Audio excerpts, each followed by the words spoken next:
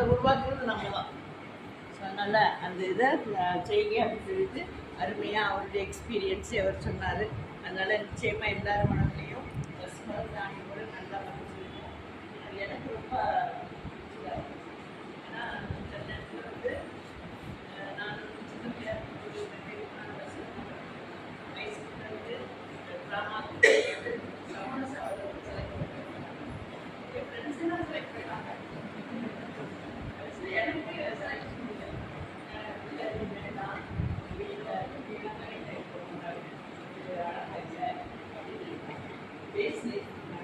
So அது வந்து ரொம்ப டச்சிங் இருந்துச்சு. நம்ம அது மாதிரி இருக்கக்கூடாது.